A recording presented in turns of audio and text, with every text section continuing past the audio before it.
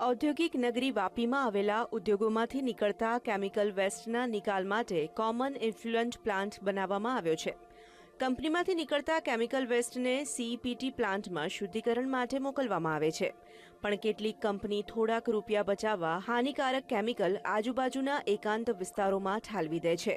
ત્યારે ભિલાડ ગામની બાજુમાં હાનિકારક કેમિકલ ઠાલવતા 2 ટેન્કર ચાલકને રંગે હાથે ગામ લોકોએ ઝડપી પાડ્યા છે। વાપી અને તેની આજુબાજુની કંપનીમાંથી એકાંત વિસ્તારમાં ઠલવાતા કેમિકલયુક્ત પાણીથી આજુબાજુના લોકો ભારે પરેશાની ભોગવી રહ્યા છે। આ પ્રકારના કેમિકલથી અહીંની જમીન અને પાણીમાં પ્રદૂષણનું પ્રમાણ અતિશય વધી ગયું છે। અમારો એક ભાઈ તલાસરીથી આવતો હતો તો બોર્ડર અગાડી એને જોયું કે એક ટેન્કર વાળો ત્યાં ઊભો હતો અને ટેન્કરમાં કંઈક પાણી કેમિકલ પડતો જોયો એને, તો એક ટેન્કર પાસે ગયો તો ડ્રાઈવર કંઈક ટેન્કરનો બોલ્ટ ટાઈટ કરતો હતો। તે પૂછપરછમાં બધું ગોળ ગોળ વાત કરવા લાગી ગયો કે પહેલાં એમ કીધું કે અમે લીક હતું, પછી ત્યાં કેમિકલ પડેલું જોયું તો એને જરાક ધાક ધમકીથી પૂછવામાં આવ્યું તો એમ કીધું કે ભાઈ હા હું અહીંયા ખાલી કરતો હતો।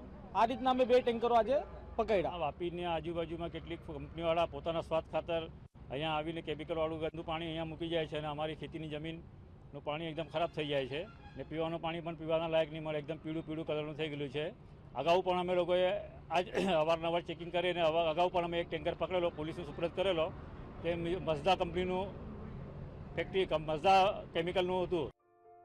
આ ઘટનાને પગલે ગુજરાત પોલ્યુશન કંટ્રોલ બોર્ડના અધિકારીઓએ સેમ્પલ લઈ તપાસ હાથ ધરી છે।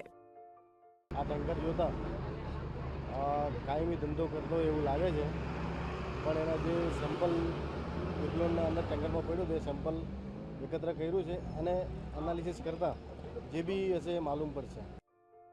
ખેતી જમીન અને પાણીને પ્રદૂષિત કરતા આ પ્રકારના કેમિકલને લીધે અહીંના ગામ લોકોએ અનેકવાર રજૂઆત કરી છે। આ પ્રકારના કેમિકલથી અહીંના પશુધન પર ખતરો તોળાઈ રહ્યો છે, ત્યારે પોલ્યુશન બોર્ડ આ પ્રકારની કંપની પર નક્કર પગલાં લઈ કાર્યવાહી કરે તેવું લોકો ઈચ્છી રહ્યા છે। માનવ ઠાકોર, વીટીવી, ભિલાડ, ઉમરગામ।